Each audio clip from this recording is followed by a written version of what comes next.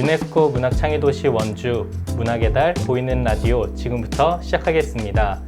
안녕하세요. 저는 이번 문학의 달 보이는 라디오의 사회를 맡은 조국인입니다. 반갑습니다. 원주가 유네스코 문학창의도시로 지정된 것을 기념하여 지정된 10월 문학의 달 유네스코 문학창의도시 원주 보이는 라디오도 이 문학의 달에 진행되는 다양한 프로그램 중 하나인데요. 3회차에 걸쳐서 유네스코 문학창의도시와 관련한 다양한 이야기를 나누고 있습니다. 지난 1회차에서는 유네스코 문학창의도시가 무엇인지에 대한 주제로 원주시 유네스코 문학창의도시 운영위원장이신 우원집 위원장님을 모시고 이야기를 나눠보았고요. 2회차에서는 원주가 왜 문학창의도시로 선정되었는지 원주의 문학적, 창의적 자산과 원동력을 알아보고자 원주시 창의문화도시 지원센터 재현수 센터장님을 모시고 함께 이야기를 나눠보았습니다. 오늘은 그 마지막 시간인데요. 유네스코 문학창의도시가 무엇인지도 알아보았고 그리고 원주가 어떤 잠재력과 원동력을 가지고 있는지도 알아보았다면 이제 마지막으로 문학에 대해서 좀 알아보고자 합니다. 보이는 라디오가 진행되는 10월도 바로 문학의 달이기도 하고요.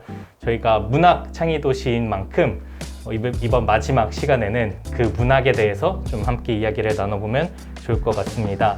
그래서 오늘도 역시 게스트분을 모시려고 하는데요. 3회차에서는 이 문학에 대한 이야기를 하는 만큼 이 문학 분야에서 아주 다방면으로 활동하고 계신 게스트분을 모셨습니다.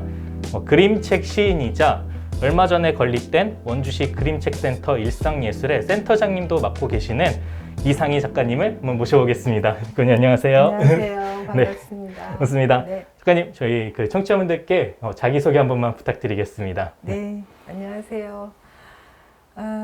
그림책에 매혹돼서 시인의 일을 조금 살짝 밀쳐놓고 그림책에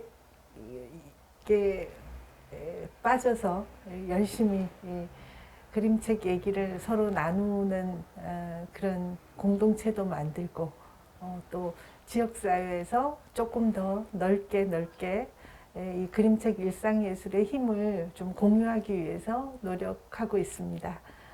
원주시 그림책센터 일상예술 센터장 이상희입니다. 네, 반갑습니다. 네, 반갑습니다. 네. 네.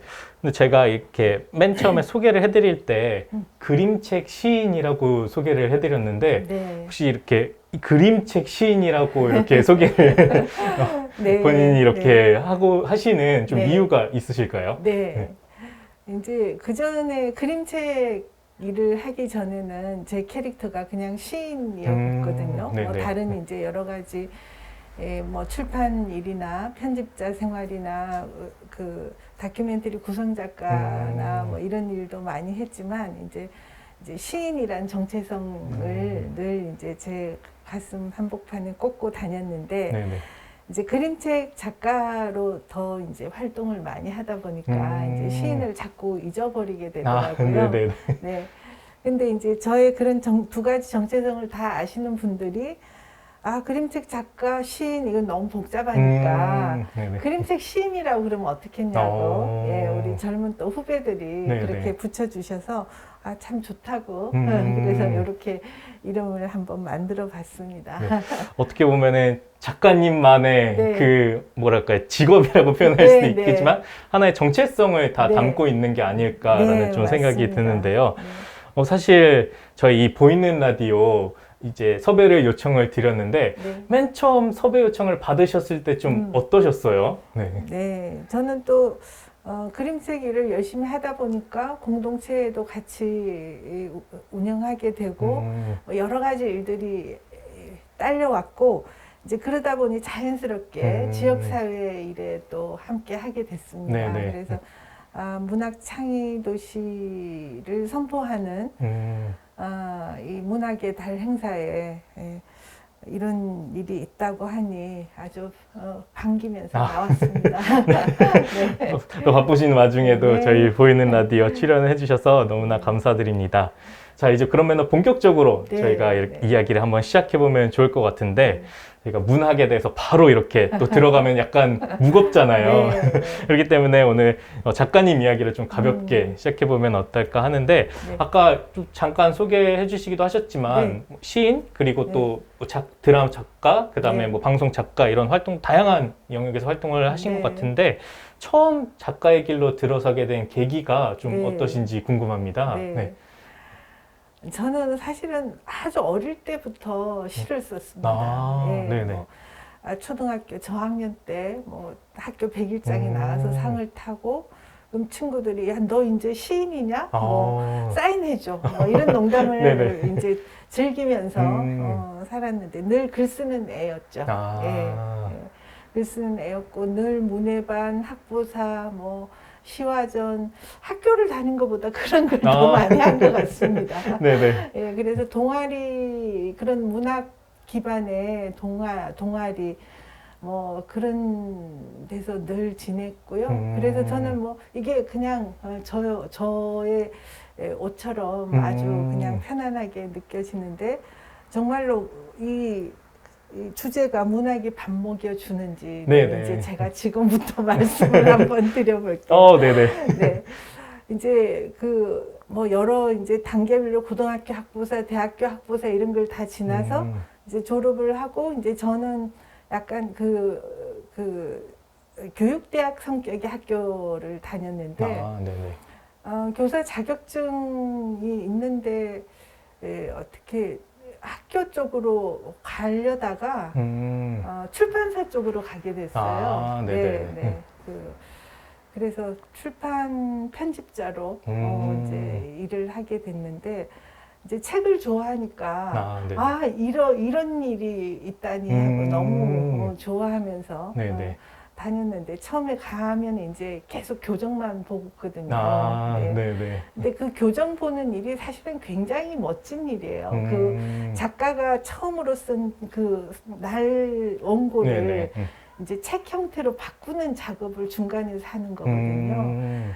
그게 이제 그 어떤 문학 세계 속에서 살아온 사람이 아니면 하기 힘든 뭐 여러 가지 문체의 뉘앙스라든지 뭐 언어에 대해서 민감해야 되고 뭐 이런 여러 가지 자질들이 있는데, 저는 사실 아무 연고도 없는 서울의 굉장히 대단한 출판사에 이력서를 완전히 단독으로 내고 그런 소양을 그분들이 알아보신 것 같아요. 면접을 하시면서. 그래서 뭐 지방대를 나왔지만 그런 출판사에서 아주 처음부터 열심히 일했고, 그다음에 문예지 기자가 됐고 뭐 이러면서 또 이 출판사와 방송국 그 작가 사이를 왔다 갔다 하면서 이제 거의 모든 시절을 보냈죠. 네.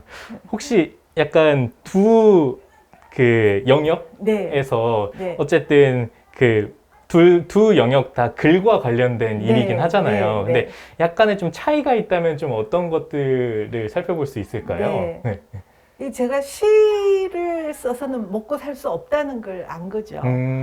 두 가지 다 일의 공통점은 저를 밥 먹여주는 일이었고, 문학 기반의 제 재능으로 밥을 먹을 수 있는 일이 그런 출판사에서 일을 하거나 방송 작가로 일을 하는 것이 이제 저한테는 그랬고, 일의 성격은 이제 많이 다르죠. 하나는 이제 출판사 편집자는 자기 책상을 가지고 이제 매일 출근하면서 그 책을 내는 일에 몰입해야 되는 일이고, 이제 방송 작가는 이제 그 촬영하기 전에 뭐 콘티에서부터 이제 촬영해서 찍어 오면 그걸 다시 이제 편집하는 걸 같이 거들면서 맨 나중에는 그 편집된 화면을 이제 텍스트를 써넣는 일을 이제 하는 거죠. 그래서 굉장히 이쪽은 약간 프리랜서적인 일이고 이쪽은 약간 회사원처럼 그런 일이고 좀 그렇습니다. 그러면은 아까 설명을 해주셨듯이 정말 내가 좋아하는 글을 쓰는 것만으로는 좀 이제 먹고 살기가 좀 힘들다고 말씀을 해주셨는데, 그럼 조금 더 계속 그렇게 좀 뭐랄까요, 내가 그래도 그 글의 영역에서 이제 돈을 버는 일들을 계속 하고 네. 그다음에 내가 좋아하는 글을 쓰는 일은 좀 네. 그렇게 병행을 계속 해오셨는지. 그렇습니다. 아, 네. 네네네네. 근데 이제 시인이 우리나라 한국에서 이제 시인이 지금 조금 상황이 많이 다른데요. 전통적으로는 신춘문예를 통해서 이제 등단하는 제도가 아, 있습니다. 네네네. 네, 그런 이제 전 중앙일보 신춘문예로 등단했는데 그러면 이제 출판사 문해지나 뭐 어떤 여러 가지 이제 지면에서 청탁을 하죠. 시를 네네. 뭐 언제까지 몇 편을 달라 라든지 네네. 또 엔솔로지 시집을 여러분들과 함께 묻겠으니 뭐 발표했던 시를 달라라든지 네네. 그러다 보면 이제 시가 쌓여서 개인 시집을 내고 이제 계속 한쪽으로 그런 활동을 하면서 이제 밥벌이를 따로 하는 거죠. 네네. 네. 약간 근데 그러면 그런 활동을 계속 병행해 오셨을 때 어떤 내가 정말 좋아하는 일을 계속 하고 싶잖아요, 사실. 네, 네. 네. 근데 그런데 내가 돈은 벌어야 되는 네. 일이 있다 보니까 네. 그 가운데서 조금 약간 어려움? 그런 것들도 좀 맞습니다. 많으셨을 것 네, 같아요. 네네. 그래서 제가 이제 농담으로 나는 시를 흘리고 다녀 그러는데 이제 시적 영감이 이렇게 이렇게 좀 다가오면 이걸 붙들고 시를 좀 쓰면 좋을 텐데 이제 늘 이런 밥벌이 일을 네. 먼저 해야 되는 거죠. 네네. 우선순위에 그런 것들이 있으니까 그럴 때 갈등이 있는데 이제 우리는 또 전범이 있죠. 이제 카프카나 너무나 이 대단한 작가들이 다 회계사로 살고 이런 것들이 있거든요. 네네네. 김수영 우리나라 대단한 시인은 또 닭을 쳤고 양계를 해서 이 밥벌이를 따로 하고 또 막 잡지 번역을 하면서 네네. 밥벌이를 하고 이제 시 쓰는 일은 밤중에 따로 하고 이런 전범들이 있기 때문에 이제 그런 게 굉장히 위로가 돼요. 네.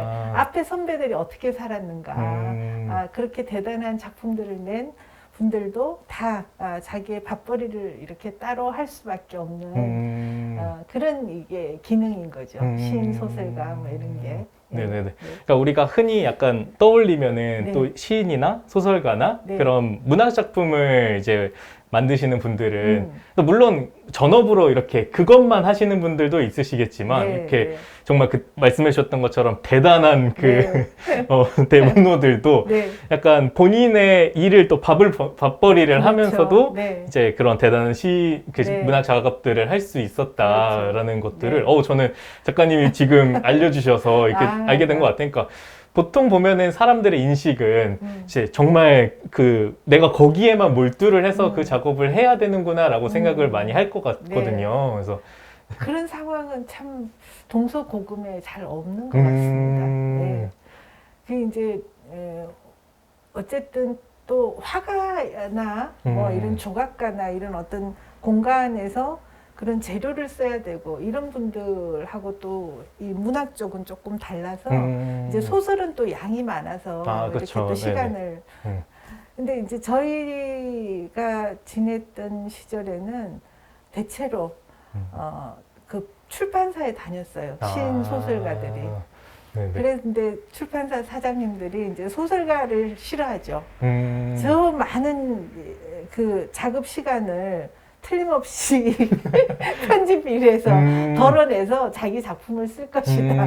에너지에 약간 예, 이건 물리적으로 그쵸, 시간을 네네. 많이 써야 되니까 뭐 그런 네. 농담들도 많이 있고 그랬습니다. 그러면은 그 출판사 쪽에서는 그래도 똑같이 이런 작품 활동을 하는 분들이라면 네. 그래도 소설 쪽보다는 좀 그 시 맞습니다. 작품을 네, 그런 선호했다고 그래요. 네. 근데 사실 그렇지만 시도 네. 그냥 물론 이렇게 양이 짧은 경우도 그렇죠. 있지만 그것을 만들어내기 위해서 들이는 그럼요. 에너지는 또 네. 무시할 수가 없잖아요. 네. 네. 그런 풍문을 들으면 저희가 이제 속으로 혀를 차죠. 그저 시가 어떻게 그러니까요. 그냥 뭐 이렇게 꾹 찔러서 피를 한 방울 흘리듯이 그렇게 쓰는 걸로 잘 알고들 있구나 그렇게 네네네. 생각하죠. 그러니까 이게 약간 양에서 좀 차이가 네, 나다 네, 보니까 네. 이렇게 인식할 수 있는데 그 네. 밀도는 또 네. 크게 차이가 없다고도 준비할 수 있지 않을까라는 네, 생각이 좀 맞습니다. 들고, 그러면 어떻게 보면 그렇게 좀 어렵게 그래도 음. 계속 그렇게 병행하면서 작품 활동을 해오셨었는데, 그렇게 작가로 좀 살아오시면서 네. 그 가장 행복했던 순간이 좀 있을까요? 음, 행복.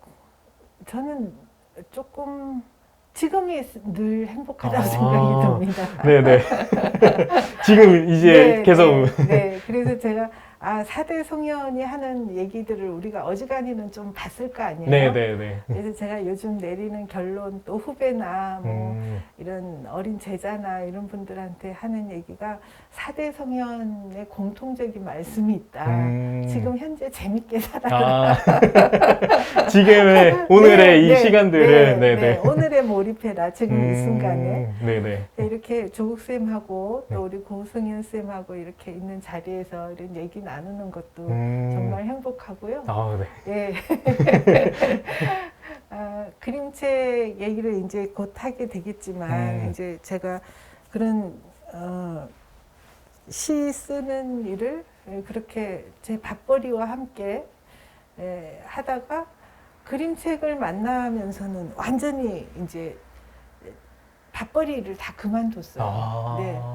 그만큼 시는 그냥 어릴 때부터 그냥 제가 그 놀았던 물이고, 이 그림책은 굉장히 저한테 생경했는데 너무나 매력적이라서 제가 여기에서 새롭게 알아야 될 거, 알고 싶은 거 이런 게 너무 많았던 거죠. 네. 네네. 그래서 이쪽 일을 하면서는 오히려 이 밥벌이 얘기를 하다가 이제 네네. 이렇게 넘어왔는데, 그 밥벌이를 제가 집어 던질 정도로 네. 예, 이 매력적인 장르를 제가 알게 되면서 네네. 사실 뭐 밥 먹는 일을 그때는 이제 제가 이제 40대 막 들었을 때 30대 후반 뭐 네네. 이랬던 것 같은데요. 육아를 하면서 이제 보통 그림책을 알게 되잖아요. 네네. 그랬는데 이거는 정말 나를 위한 장르다. 이 시만 썼을 때 어떤 또 허기 같은 게 있는데 제가 그림을 보는 걸 굉장히 좋아하거든요. 네네.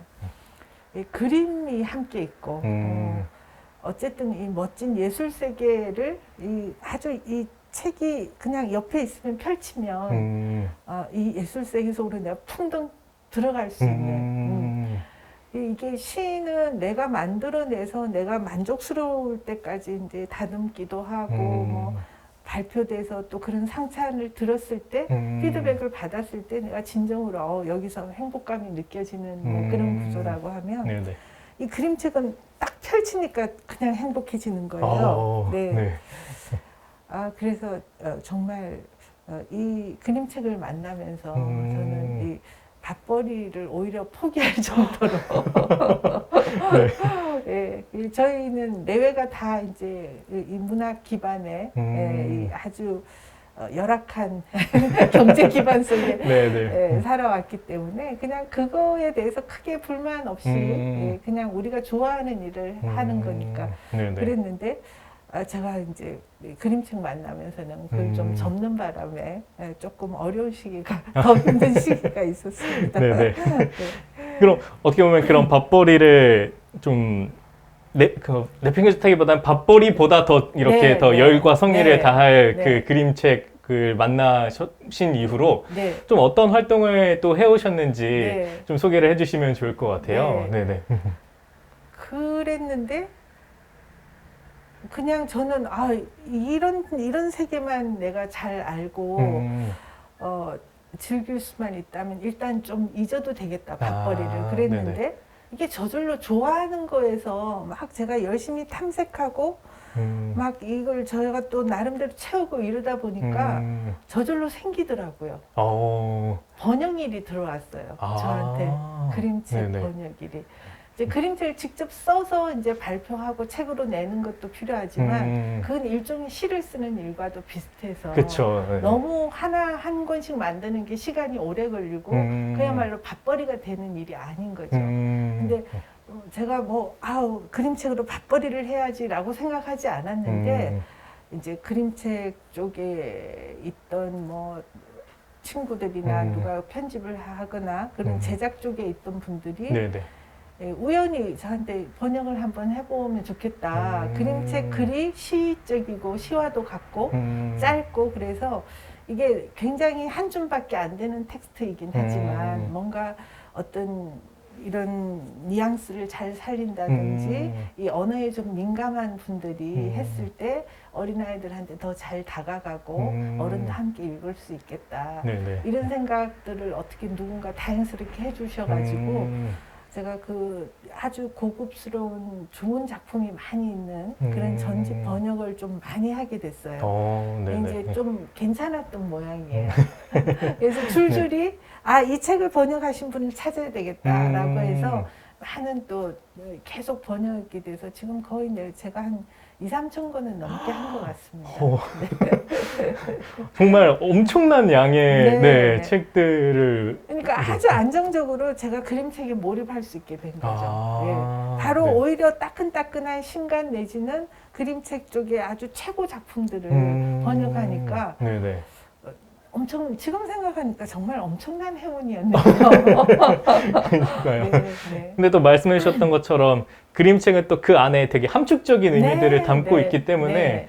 그게 잘못 번역되면 우리가 맞습니다. 소설도 그럼요. 이제 한국 작품이 해외에 전달되기가 어려운 부분이 네. 우리 문학 네. 속에 담겨져 있는 의미가 그렇죠. 그 간극이 커서. 네, 그렇기 네. 때문에 좀 어렵다고 네. 많이들 얘기를 하는데 네. 또 그런 함축 의미에 대해 계속 고민하시고 네, 그런 활동을 네. 해오셨기 때문에 네. 또 그런 게 가능하지 않을까라는 생각이 들고 네. 저는 이렇게 작가님 말씀해 주시는 거 듣다 보니까 이제 작가로서 뭐 시나 아니면 또 그림책이나 이렇게 창작 활동을 하시는 것뿐만이 아니라 계속 그 누군가가 만든 그 창작 활동을 또 다른 누군가에게 전달하는 네, 그게 맞습니다. 아까 출판사에서 일하셨던 네. 것도 마찬가지고 네, 또 네. 그림책 번역 일도 마찬가지고 그렇게 어떤 창작과 연결자, 창작자와 연결자의 계속 그 사이에서 다양한 활동들을 좀 해오시지 않았나라는 네. 좀 생각을 해보는데 사실은 그 점이 문학이 밥을 먹여주는 일이에요. 제가 직접 문학 기반의 어떤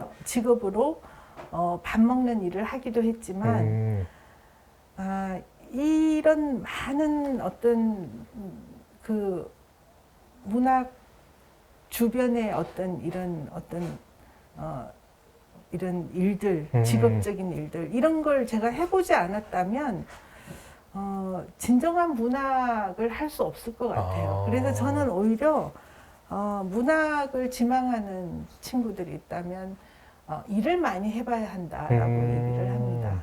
일을 할 때 그때의 느낌이라든지 사람들과의 관계라든지 세상의 공기를 아주 그 직접적으로 쓸 때 내가 이런 일을 해서 이런 비용을 벌기 위해서 하는 일이긴 하지만 네네.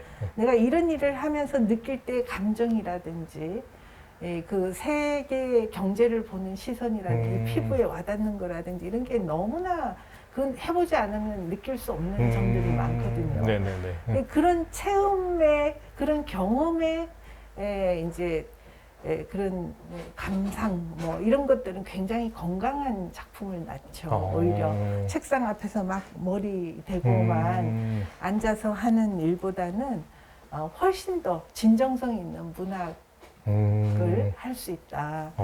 어떻게 책상 앞에 앉아서 상상만으로 그게 문학이 이루어질 수가 없거든요. 그렇죠, 그렇죠. 네.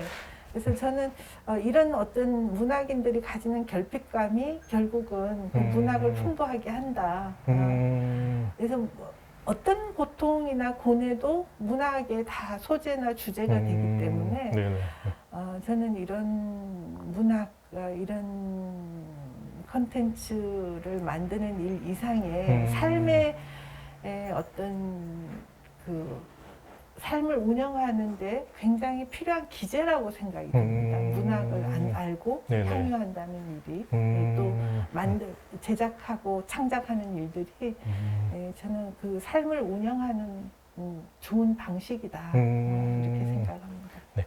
사실 우리가 문학으로 이제 밥을 먹을 수 있냐 이런 네. 얘기를 할 때는 주로 인식하는 것이 어떤 창작 활동을 주로 네. 인식을 많이 하잖아요. 네, 네. 근데 작가님이 말씀해 주시는 거를 듣다 보니까 그런 창작 활동도 물론 네. 어떤 하나의 중요한 네. 요소이지만 네. 그 창작 활동이 누군가에게 전달되게 하는 그런 연결자 네. 그리고 그걸 또 소비하는 사람들 네. 그리고 그것들과 그 모든 것들이 이제 하나의 문학을 이루는 네. 다양한 요소라서 그렇죠. 네, 꼭 네. 우리가 문학으로 밥을 먹는다는 네. 것이 네. 꼭 창작 활동에만 있지 않는구나라는 것들을 좀 알게 된 것 네. 같아요. 네. 그러니까 딱 창작해서 원고를 돈과 바꾼다 이 이상이라는 거죠. 네네.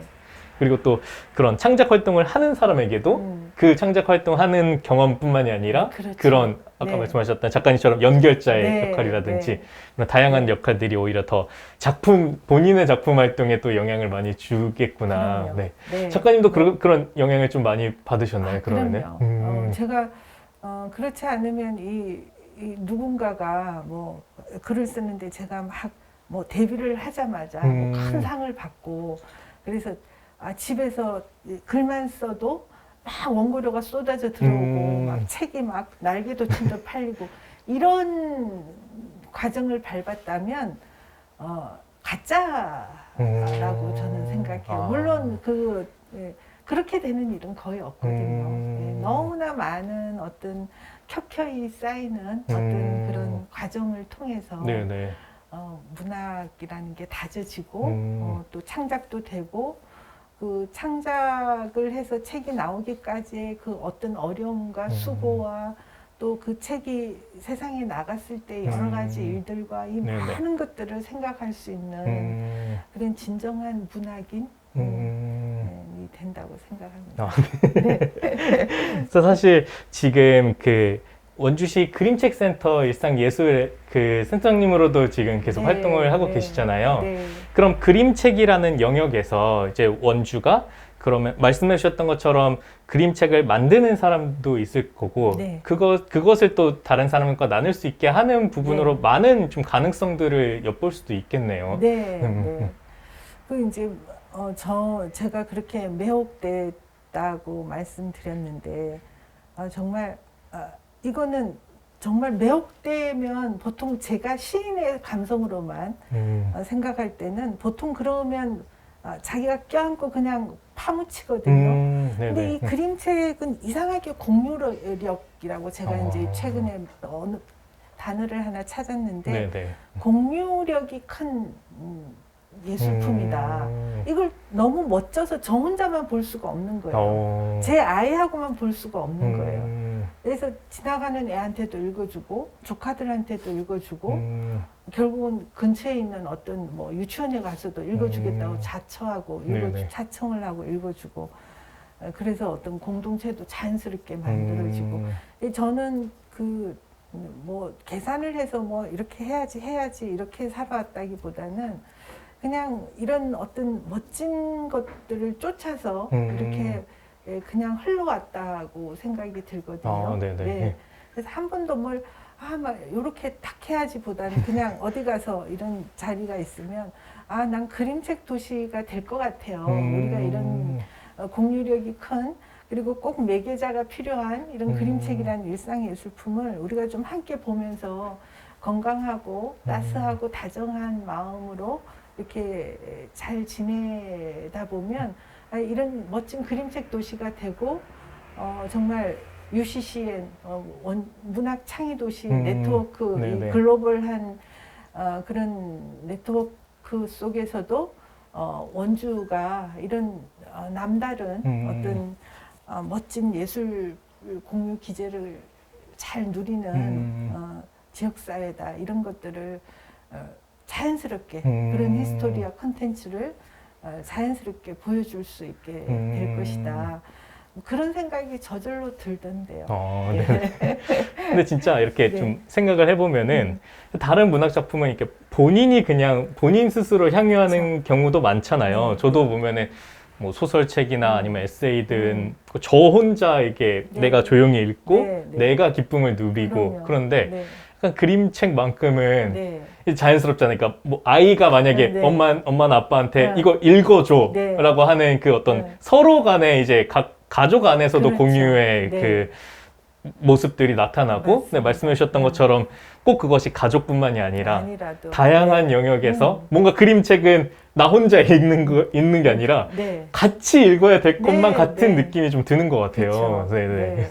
그래서 그게 말씀해 주셨던 그 그림책이 가진 어떤 공유력, 네. 그 힘이지 않을까라는 생각이 들고, 근데 어떻게 보면은 그런 공유력이라는 부분이 물론 이제 그림책이 굉장히 강하지만 다른 문학 장르도 그런 네. 공유력을 갖고 있잖아요. 그렇죠. 근데 어떻게 보면 우리의 삶에서 보면은 아까도 저의 경험에서 말씀드렸듯이 뭔가 그런 문학이 점점 누구와 나누고 함께 네. 하고 이런 네. 것들보다는 네. 점점 그냥 나 혼자 즐기거나 네. 아니면 그냥 나 혼자도 요즘에는 좀 잘 즐기지 않는 그런 모습들이 네. 좀 보이는 것 같은데 네. 왜 그런 모습들이 좀 나타났을까요? 어떻게 보면 굳이 표현을 하자면 왜 우리는 문학 작품과 좀 멀어지게 된 이유가 무엇일까요? 아, 글쎄요. 너무 어려운 네, 왜냐하면 수도 제가 한 있겠지만. 번도 멀어진 적이 없었기 때문에 그렇긴 한데 네. 이제 조금 그 어린 친구들이나 뭐 청년들이나 또 뭐 육아에 지친 분들이나 그러니까 일상에 너무 지치면 이제 다음 날 해야 될 일이 이제 반복해야 되는 어떤 일상 이상의 걸 좀 생각하기가 힘들게 되죠. 그렇죠. 네.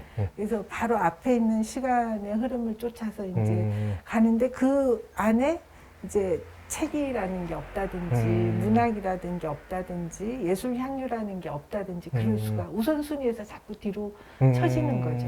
근데 이거는 어릴 때부터 조금 아니야 이게 일을 해치우고 나날의 과제를 해치우는 게 중요하지만 하루에 우리 일과에서 빠뜨릴 수 없는 것들이 있어. 이런 예술 향유가 우리한테 힘을 주고 우리에게 늘 아이디어를 주고 힌트를 주고 우리를 북돋아 주고 친구가 될 수 있어. 정말 어떤 때도 나를 버리지 않는 나의 다정한 친구가 될 수가 있고 이 친구는 심지어 늘 나한테 답을 주고 내가 부산을 떨면서 막 시간의 흐름에 휩쓸려 갈 때 나를 멈추게 하고 돌아보게 하고 나의 깊이를 언제나 붙들어 주는 그런 친구야. 그 문학이라는 게 이제 그렇게 우리한테 딱 기재로 자리가 잡히면 늘 이제 책을 찾고 문학을 찾게 되는 거죠. 뭔가 작가님이 어렸을 때부터 계속 그 함께 해오셨던 것처럼 약간. 네. 그래서 저희 애를 봐도 이제 저는 뭐 제가 병약해서 맨날 누워 지내다가 오빠들이 책을 사다 줘서 이제 할 수 없이 누워서 할 게 없으니까 책을 읽기 시작했는데 그게 너무 재미있게 정말 저의 유일한 친구였던 케이스고요. 네네. 저 같은 케이스는 약간 보편성이 없으니까 제가 딸이 하나인데 이 친구를 굉장히 그냥 뭐 우리가 이해하지 못하는 신세대적인 그런 면모가 있어요 분명히. 그런데도 불구하고 늘 집 주위에 도서관이 어디 있나 도서관 개관 시간을 기억하고 도서관 시스템이 어떻더라 오늘 신간 코너에 가봤더니 이런 게 있던데 엄마 아빠는 읽었나요? 뭐 이런다든지 늘 그런 화제를 놓지를 않아요. 네. 그래서 이게 그러니까 이제 그 문학 기반에 뭐 읽고 보고 뭐 책을 만지고 늘 책을 끼고 다니고 늘 가방에 뭐 책 있고 그런데 이제 시각 디자이너라서 이런 아트적인 이런 일을 하는데 네네. 그런 일에도 이 문학이 이제 쓰이는 거죠 실제로 자기는 그냥 취향이고 생활이라서 늘 가까이 하는데 디자이너가 이 문학이나 시를 모르면 안 되거든요. 그렇죠. 네네. 어쨌든 텍스트를 뭐 어떻게 이렇게 앉혀야 되고 그 뜻의 의미를 생각하면서 배열도 해야 되고 그러는데 그 기능적인 것만으로는 안 되거든요. 그래서 그런 아주 섬세한 뉘앙스나 이 문체나 뭐 이런 걸 다 해야 되는데 그게 너무 도움이 자연스럽게 이제 된다는 것도 알게 되고. 이제 자기 자랑도 하고 그러죠. 나처럼 띄어쓰기를 잘하는 디자이너는 없다고 해. 뭐 이런다든지. 본인의 자화자찬. 그게 또 어떻게 보면 디자이너의 역량뿐만이 아니라 또 그렇죠. 이제 그 문학적인 역량도 같이 있기 때문에 네. 사실은 디자이너가 그런 어떤 복합적인 문화 예술적인 감수성이 없으면 하기가 굉장히 종합적이기 그쵸. 때문에 제가 이제 여기 원주의 박경리 그 선양 사업 때문에 자주 오시는 이제 안상수 선생님, 우리나라 타이포그래피스트의 이제 1인자시죠. 이 선생님은 모르는 시인들이 없어요. 기본적으로 시를 다 꿰고 계세요. 그런 문학이라는 게 어떤 그렇게 문학은 문학자들, 뭐 작가들만 아는 게 아니고 이렇게 공유 범위가 굉장히 넓고 효용성과 활용성이 사실은 넓다. 그래서 저는 문학이 그냥 뭔가 멋진 걸 좋아하는 사람들의 취향이 이상으로 굉장히 실용성과 효율성이 큰 그런 인문적인 컨텐츠다 이렇게 생각을 합니다.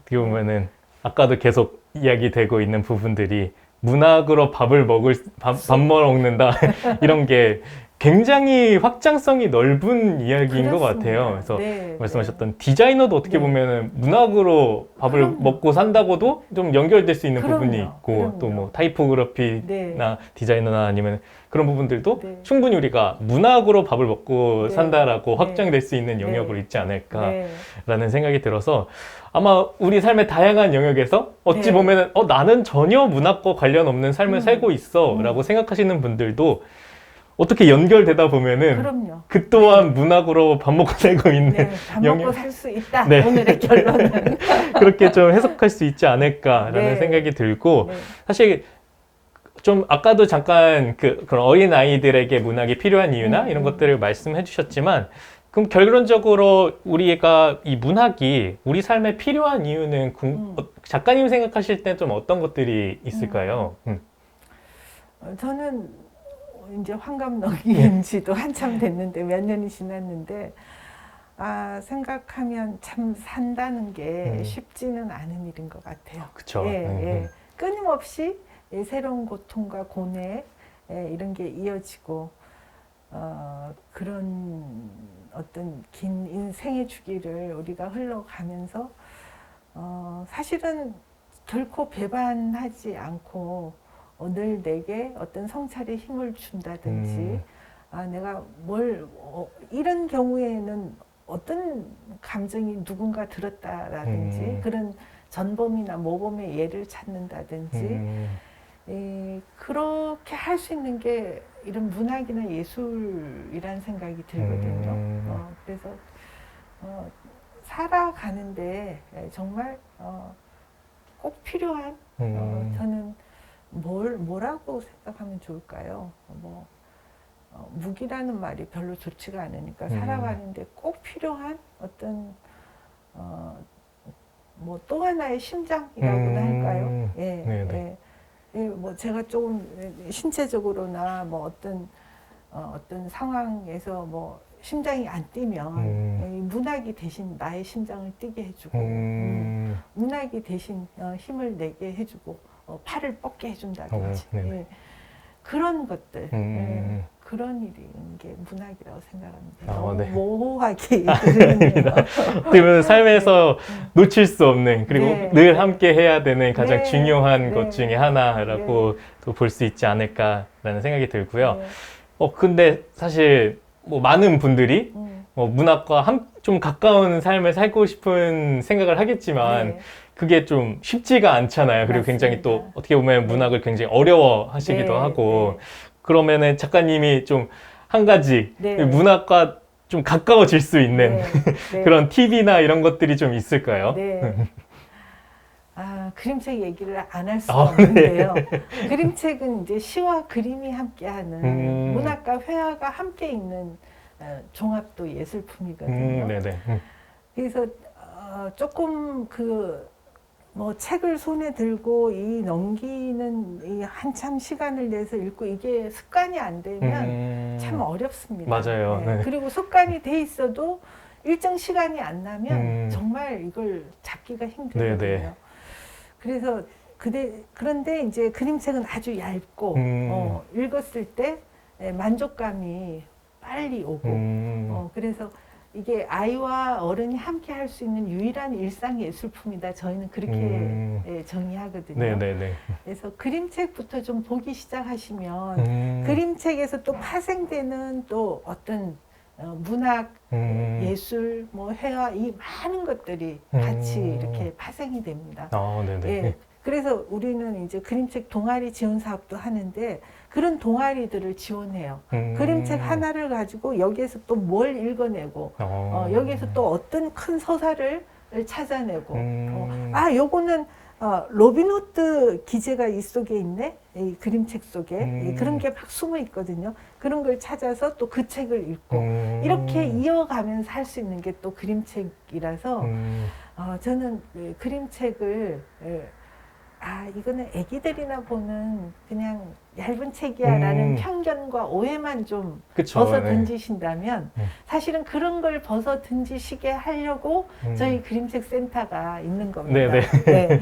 그래서 저희가 그 1층을 이제 지금 계속 준비 중인데요. 1층은 그림책을 빌려갈 수는 없지만 이제 거기서는 언제든지 편안하게 보실 수 있도록 다양하게 큐레이션도 하고 저희는 도서관의 10진 분류법대로 분류를 안 하고요. 저희가 네네. 오랫동안 거의 10년 가까이 연구를 해온 그 주제별로 분류를 하려고 합니다. 그래서 내가 친구에 대한 그림책이 좀 보고 싶어 네네. 오늘은. 그러면 친구 주제에 가서 찾는다든지 이렇게 하도록 하고 있거든요. 네네. 그래서 언제든지 오시면 편안하게 즐기시고 거기에서 다시 문학으로 또 회화로 예술로 나아갈 수 있는 많은 또 저희가 프로그램을 재밌게 하고 있습니다. 네네. 그런 데서 힌트도 좀 얻으시고 그래서 좀 진짜 고통스럽고 막 이 고뇌가 끊임없이 우리를 파먹어 가지만 조금 다시 일어설 수 있는 좋은 힘을 건강한 힘을 발견하실 수 있는 이런 저희가 하는 일을 좀 많이 즐겨주시면 좋겠습니다. 감사합니다. 아마 문학 작품을 좀 어려워하시는 분들에게 그림책이라는 그 어떤 시작점을 통해서 어떤 읽는 연습도 좀 하시고 그리고 또 그것이 가지고 있는 다양한 확장성 그리고 공유력 아까 말씀해 주셨던 그런 부분을 함께 좀 즐길 수 있는 요인이 되지 않을까라는 생각이 들고 저도 한번 저도 요즘에 그러니까 책을 참 많이 좋아했었는데 저도 그런 핑계를 많이 대는 것 같아요. 시간이 참 없다. 되게 바쁘다. 맞습니다. 그래서 책을 도서관에 가서 빌리더라도 한 2주라는 시간이 있는데 그렇게 그러니까 물론 제 핑계겠죠. 그러니까 2주 동안 한 권의 책을 읽지도 못하는 경우가 좀 많더라고요. 맞습니다. 그래서 저 스스로도 막 이제 진짜 요즘에 책을 안 읽는구나 이런 생각을 좀 많이 하게 되는데 못 읽는구나.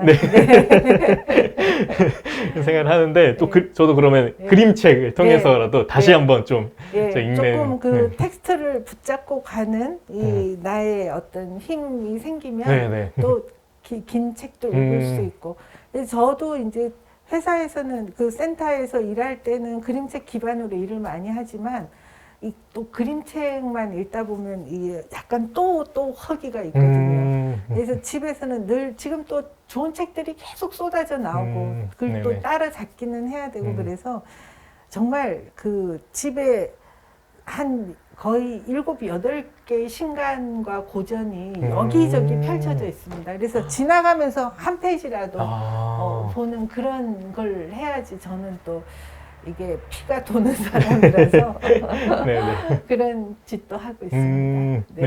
그러면은 그 요즘에도 계속 책을 읽고 계시다고 말씀을 해주셔서 생각이 났는데 저희 이 방송 청취하시는 분들께 그림책을 소개해 주셔도 괜찮을 것 같고요. 아니면 뭐 요즘 그 인상 깊게 보고 계신 책도 좋을 것 같은데 그런 책 한번 좀 소개를 해주시면 좋을 것 같아요.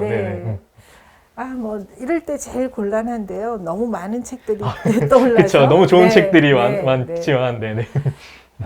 제가 제목을 잘 모르겠는데 요즘 하여튼 제가 뇌과학 쪽에 조금 또 빠져 있습니다.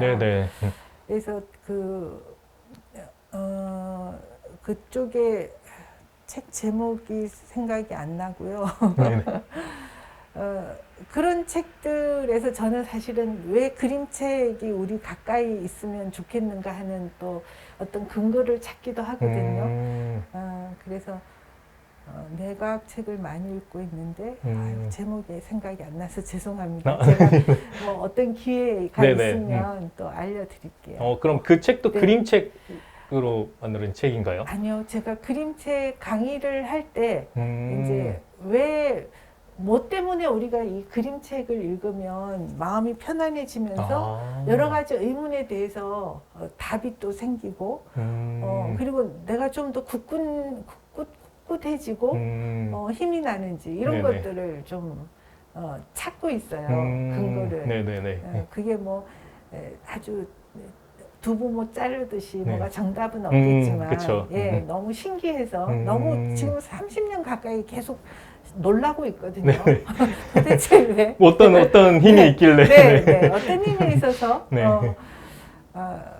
그러고 있습니다. 네네. 그래서 네. 아마 오히려 이렇게 좀 궁금증을 던져주셔서 아마 많은 분들이 또 네. 그러니까 제목으로 찾는 재미도 네. 있겠지만 네. 이렇게 약간 스무고개 하듯이 네.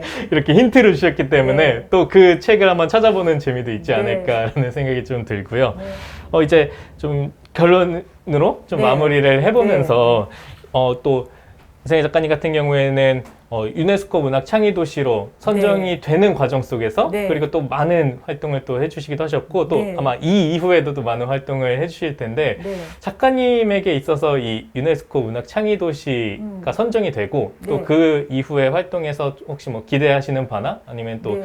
어떤 소감을 갖고 계신지도 좀 궁금해서 또 말씀해 주시면 감사하겠습니다. 네. 네, 정말 그 유네스코 전 또 SDGs 우리 조국인 쌤도 잘 아시지만 그에도 굉장히 좀 매혹이 돼서 네. 그 큐레이션 북클럽도 네네. 만드는 일도 같이 하고 그랬는데 이 유네스코가 어쨌든 지향하는 이 모두를 위한 이 문학 창의 이 도시 왜 한 도시를 이 문학 창의 기반의 어떤 그런 공감력 있는 어떤 그 공동체로 만들자라는 사업이라고 생각이 들거든요. 네네. 누구 한 사람도 소외되지 않는. 그래서 저는 그 일을 하는데 제가 너무 좋은 그림책이라는 기재를 갖고 있다고 생각하고요. 네네. 이 일을 이제 우리 창의도시위원회가 함께 하지만 저는 이걸 한쪽에서 또 열심히 실험을 해보려고 합니다. 네네. 네. 이 일을 하는데 그림책이 굉장히 분명히 좋은 기재가 돼서 이 일을 굉장히 북돋우고 활기차게 해줄 것이다. 네네. 사실 이런 일들이 눈에 보이지가 않잖아요. 그쵸. 성과라는 게 계량할 수 없는 네네. 성과이기 때문에 그래서 이런 일을 통해서 조금 눈에 보이는 그림책 모든 시민이 그림책 한 권을 다 만들어서 갖고 있는 이 원주 네네. 유네스코 문학 창의 도시 이런 것들을 좀 그래도 눈에 보이게 하는 성과가 될 수 있지 않을까 네네. 이런 생각을 하면서 열심히 좀 일을 하고 있습니다. 감사합니다. 정말 작가님 말씀하셨던 것처럼 원주 시민 모두가 그 그림책, 나만의 그림책을 갖고 또 갖는다는 것 자체가 어떤 문학을 향유하는 그 첫 시작점을 이미 발을 딛게 되는 게 아닐까라는 생각이 들어서 그것이 이루어진다면은 원주의 정말 문학적으로 굉장히 다양하고 풍부하고 그 문학이 꽃피는 도시가 되지 않을까라는 생각을 저도 좀 해보게 되는 것 같습니다. 작가님 오늘 이제 이렇게 귀한 시간 내서 좀 출연해 주셨는데 끝으로 오늘 어떠셨는지 소감 한마디 해주시면 감사하겠습니다. 네. 예, 이 예쁜 카페가 또 이 가까이 원주 복합문화교육센터 가까이에 있어서 네네. 와봐서 참 좋고요. 이 재개발 지구인데 이 작은 골목들이 이렇게 또 내려다 보이고 또 우리 원주의 또 이 멋진 선생님들과 이런 얘기를 할 수 있게 돼서 제가 할 일을 또 더 많이 할 수 있는 힘을 얻어가게 됩니다. 감사합니다. 네, 감사합니다. 오늘 이렇게 또 마지막 저희 보이는 라디오 3회 문학이 영을 먹여줄까? 일단 조금 어떻게 보면 어려운 주제일 수도 있는데 또 귀한 시간 내주신 그림책 시인이자 또 이제 더 많은 활동을 할 원주시 그림책센터 일상예술의 센터장님이신 이상희 작가님을 박수로 또 보내드리겠습니다. 작가님 감사합니다. 감사합니다. 네, 오늘 보이는 라디오 3회는 문학에 대해서 좀 많은 이야기를 나눠볼 수 있는 시간이었던 것 같습니다.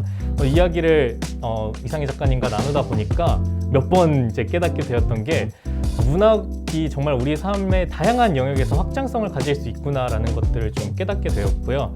그리고 문학이 우리 삶에 가져다주는 많은 이로움에 대해서도 좀 느낄 수 있었던 시간이었던 것 같습니다. 그렇기 때문에 이런 유네스코도 전 세계적으로 이 문학을 좀 지키고 그리고 다양한 도시들 간의 네트워크를 통해서 더 많은 시민들과 함께 이 문학을 누릴 수 있게끔 고민을 하고 있는 게 아닐까라는 생각이 듭니다. 네, 유네스코 문학 창의도시 원주 보이는 라디오 이 3회차에 걸친 여정을 마무리하게 되었는데요. 저도 이 프로그램을 함께 하다 보니까 그러니까 생각지도 못했던 많은 이야기들에 대해서 또 알게 되었고 또 유네스코 문학 창의도시가 무엇인지 그리고 미처 알지 못했던 원주의 다양한 문학적인 원동력들 그리고 더 나아가서 문학이 우리의 삶과 굉장히 맞닿아 있고 다양한 확장성을 가지고 있구나라는 생각도 하게 되는 아주 귀한 시간이었습니다. 아마 이 방송을 함께 해주시는 청취자분들 그리고 많은 시민분들도 저와 비슷한 생각을 하지 않을까라는 생각을 하고요. 앞으로도 원주시가 이 문학 창의도시 네트워크의 일원으로서 시민과 함께 문학을 누릴 수 있는 많은 활동을 하길 시민의 한 사람으로서 기원을 하면서 함께 해주신 청취자분들께 감사 인사를 드리면서 이만 방송을 마무리하도록 하겠습니다. 지금까지 진행을 맡은 조규민이었습니다. 감사합니다.